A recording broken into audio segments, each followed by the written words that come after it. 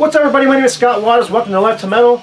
I have with me Bill Bafford from Rocks Productions out in California. He's here visiting me in New Mexico, and we went today to see to hang out at the Albuquerque Record Convention, partake in the festivities. Yeah. If you're watching this, chances are you probably saw part one, where I kind of filmed people's flipping, including Bill, Rob, a bunch of other people. It was a lot of fun going there early and talking to all the collectors and all the sellers, and yeah, it was fun. So what we thought we'd do now is just share some of the stuff. Everybody you ran into at the show knew Scott. I've been going to that same show for 15 years, so I know a lot of the sellers. So there's only a handful I didn't know at all. But yeah, so why don't you go ahead and go first? All right, I'll dig into it. So my first stuff we bought at the show. This is what this is. My first find was actually, not a lot of people are going to be familiar with this band probably, but it's a band called 90 Pound Wuss. Christian punk band from the 90s. I did not even realize this was on vinyl on the old Tooth and Nail label. I just luckily came across it in a bunch of mixed things when I first walked in. The very first vendor I was looking at had it marked at 12, gave it to me for 10, and I'm always looking for obscure Christian punk and metal stuff, so happy to add that 90 Pound Wuss to the collection. I always thought it was the worst band name, but it was during that was one of those bands that started in the 90s where it was always, everybody had like these depressing, sad, you've heard me say before, I consider the 90s a musically depressing decade. Yeah. See, I didn't get, these are not in any particular order.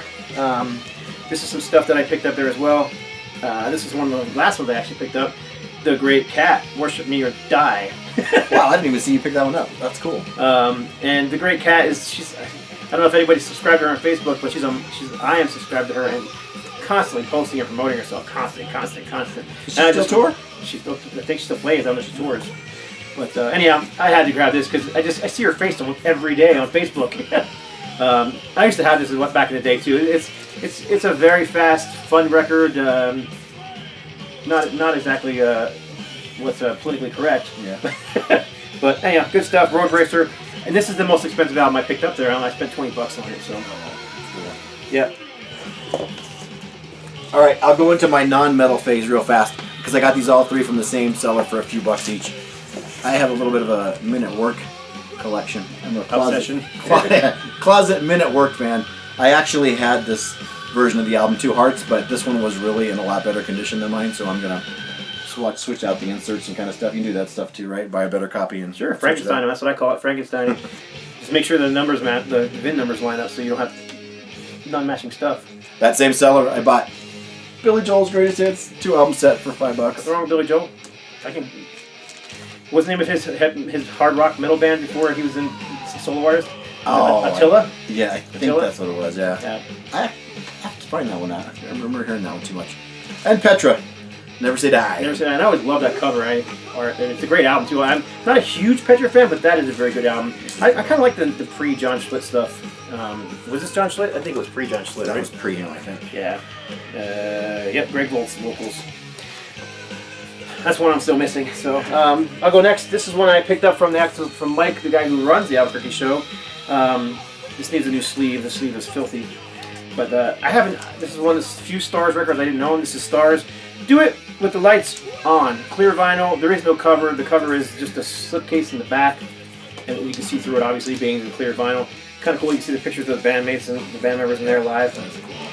Just a rare promo item. He had a price sticker on 15. He gave it to me for 10. So yeah, one I've never seen. I never see it even on eBay pop up anywhere. It's just never around. So sorry, I keep disappearing from the camera. Yeah, me too. We're kind of in a small confined space right now. The next three here I got from the same seller too, and he gave me a deal on them, so the price is I'm a huge Black Sabbath fan, as you can see from my shirt, and those that know me know I see them every chance I can get. But I already have 3 versions of this album, but I didn't have this version of this album. This is the first pressing, original Green Label. Warner Brothers, yeah. Yeah. So again, I love Black Sabbath, and I just wanted to have this original pressing, and it was a pretty decent price. I've seen it go for a lot more than $17. That's a really good price if it's in good condition. And plus, it is in really good condition. And then he cut it off. And he knocked a few off. He gave you all 3 for what? All 3 for $40. So I got the U.S. Metal Volume 4. Yep. I actually had all 3, 1, 2, and 3, and I've been looking for 4 for a while. I don't see it very often, so I actually left it and then came back to it, and I just said it was calling my name. I had to pick that one up. And $20 is about the going price for that in good condition, and it's in very good condition. But again, he got it cheaper than 20, so, and that's a great price for that. Yeah, and then at the same time, for the other third one in that lot was this one called L.A. Steel. Bunch of local L.A. bands from the 80s. This is right away I recognized. I know I love Ruthless. Yep. Ruthless. Great power metal band, kind of like Heretic or Metal Church, that kind of style. Really good stuff. That was what drew me to it first when I saw the Ruthless. But then Savage Grace is on here. Sirathungal. Oh, Sirathungal. Yep. Bitch. Yep. That was a bunch of Savage Grace. That's a good one. Yeah, this is a whole good album. That's a good one. Yeah, I didn't pick up as much as this show. Honestly, I spent a lot of time filming other people, so I didn't spend as much time digging as I usually do. And I couldn't even tell you what seller I bought what from, but I did grab this one for. I think he gave it to me for $3, but it's in pristine condition. This is Blue Murder. I love Blue Murder. $3. Yeah, I thought that was a good deal. Carmine Appice, obviously, and John Sykes of the movie Whitesnake fame. Very commercial album, very, I would say poppy. They only did 2 albums, right? And a live album. Oh, and a live album. Yeah, but I wouldn't call it poppy. It's just very melodic. Yeah. And the guitar playing is fantastic. But I love John Sykes. So. Good stuff. How much more you got to go over there? You got more? Yeah, a couple more. All right, cool. Then I got 1, 2, 3, 4. I got a few more here. This one I got. I had to talk the guy down this one. Now you guys know I'm a huge Runaways fan, and I'm always showing Runaway stuff. And I'm not as big a fan of some of Lita Ford's later stuff when she got real poppy. Yeah. But I love her first few albums, and I have Out for Blood, the original cover with the spiderweb chain in the back of it. But he had this one in his rack, stack, whatever. She's got the rack, he's got the stack. We actually just saw them at the Hair Nation Festival, and she was on the Hair Nation Festival a few weeks ago. Carrie and I saw her. She still sounds really good today. Yeah. I was surprised. I always like the cover. I mean, she looks great on that cover. Yep. It's not Still it's not today, sleazy. too. It's just she looks great. Yeah. And I always liked her Black Widow guitar. Anyhow, so yeah, and I have 2 copies of 2 different covers of this Out for Blood record. So it was a good deal. He had a price sticker of $10. I can't remember what I talked him down from it. Do you remember where you were there when I bought it? I don't remember what you got it down to. That was a good one though. You're up. Oh, I got 2 left, and you got 3, so you do one more. All right, okay, I'll do another one. This is the very last thing I purchased. This is a live EP. I had that in my hand, and I almost got it myself too. I didn't see you get it. It's just I mean, it's nothing special. None of these songs are not released somewhere else. This has Tom Sawyer, Apache to Bangkok, and Red Beretta on it. Barchetta. And but it's just a live EP from Rush. I love 80s back Rush. We were just talking about this yesterday when we were at a record store. I love the 70s catalog all the way up through moving pictures. Yeah. After that, I still like a lot of stuff and I still collect and listen to them, but I just think the 70s stuff was just fantastic. Up and through this album. But anyhow, this is a live album, live EP. I was lucky enough to catch the last Rush 40 tour, one that stopped in LA at the Forum. That's cool. Nice, great show. Great good picture too. They're both playing the double neck guitars. It's a great live shot. Anyhow, cool Rush EP. It's a good one. And what do you got left? Oh, well, here's the one that we were both torn on. I have all of TNT's albums, but I did not have this one, and I actually was torn on it because it's got a little bit of a rip on the corner right here, and that was what got Scott to put it down. And I said, well, I think if you put it down, I'm going to pick it up, and I ended up picking it up because this is just one I've actually wanted for a while. It doesn't show up very often. I have the original CD pressing of that on Vertigo Records too, but yeah. And it's not that I'm anal. about records being pristine. I don't mind a little ring wear, and we were actually talking earlier. I got the Alice Cooper album, Love It to Death. I have the thumb cover, and it's got some wear on it. I think it gives it a vintage look, but there's something about being chewed on like that. Just This is the very first record I picked up. This is a U.S. pressing of Head Tactics, Samson. Of course, this is the U.S. pressing, so it says featuring Bruce Dickinson, because by the time this was released, he was in Maiden, and it was very popular, and terrible cover art. I mean, the cover is just bad. I didn't see you pick that one up either. That was a good one. So, but I just didn't have this one, so I grabbed it. He gave it to me for half price, so what did I pay? $5. $5. So yeah, and it's in perfect condition. I don't even know if it has I don't remember if it had a sleeve in it or not. Yeah, it does have the original sleeve. And then Here's the original sleeve. the last thing I got was actually an Alarm album. Oh yeah, that's right. This, I'm a closet fan of, well, I love U2 and I love the Alarm, but I have a lot of Alarm stuff. I'd never seen this one before, actually. It's called The Spirit of 76.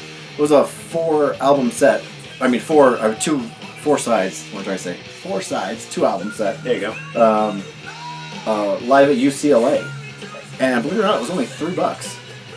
and it was actually even signed by the guitar player on the back, Dave Peters. That's cool. So, nice little one for $3. I was glad to add that one. That was the last piece I got. And the last one I picked up, this one was in a $5 pile, again in pristine condition. There's no way I was leaving this behind. Fates Warning, No Exit, first album with Ray Alder. I love Fates Warning.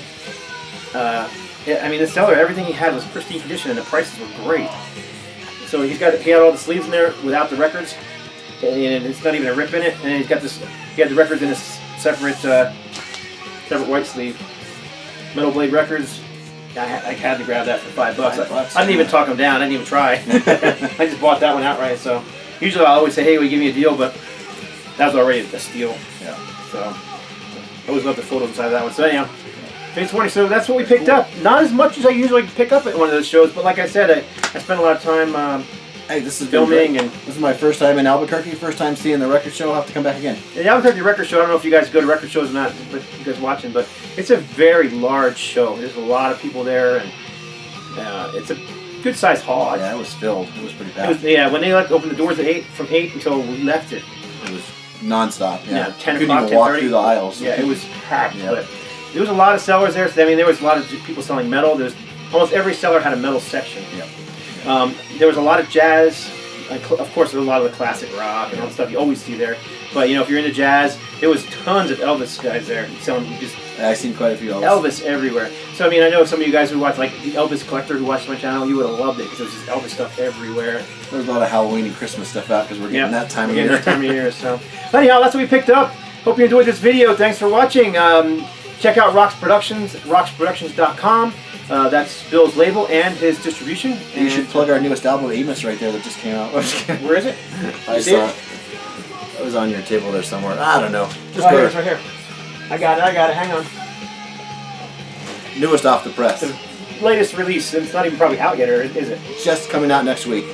So this is Amos Jade. Amos are from Brazil, and they are a gothic metal band. Yep. Yeah. Yep. I haven't even cracked the plastic on yet, so I haven't even heard it. That's some of their older stuff. I just don't know what they had a few albums come out, and this one actually came out in. Well, they were supposed to finish it in 2007, 2008, and then they went on a hiatus and didn't tour for a long time, and then these recordings set in the vault, and they polished them up, and we just released it. Right on. So check that out, roxproductions.com. You guys are always asking, how can I get Ultimatum stuff? roxproductions.com. That's what I always tell you. So anyhow, thanks for watching. God bless. Stay strong.